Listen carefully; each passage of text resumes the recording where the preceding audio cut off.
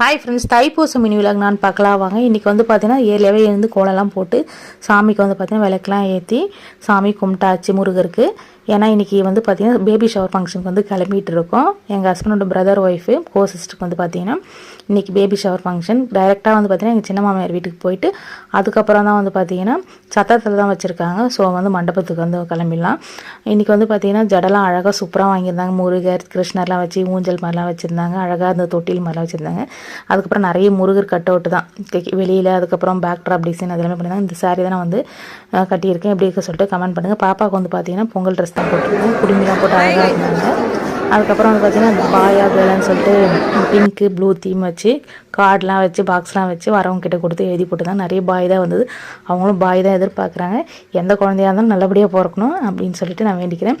அதுக்கப்புறம் வந்து பார்த்திங்கன்னா ஃபங்க்ஷனுக்கு எல்லாமே சூப்பராக வந்து வரிசைலாம் வச்சு ஸ்டார்ட் பண்ணிட்டாங்க. இந்த வீடியோ பிடிச்சா மறக்காமல் நம்ம சேனலை சப்ஸ்கிரைப் பண்ணுங்கள், லைக் பண்ணுங்கள், ஷேர் பண்ணுங்கள். குழந்தை நல்லபடியாக பிறக்கணும்னு சொல்லிட்டு எல்லோரும் வேண்டிக்கங்க. ஓகே ஃப்ரெண்ட்ஸ், பாய்.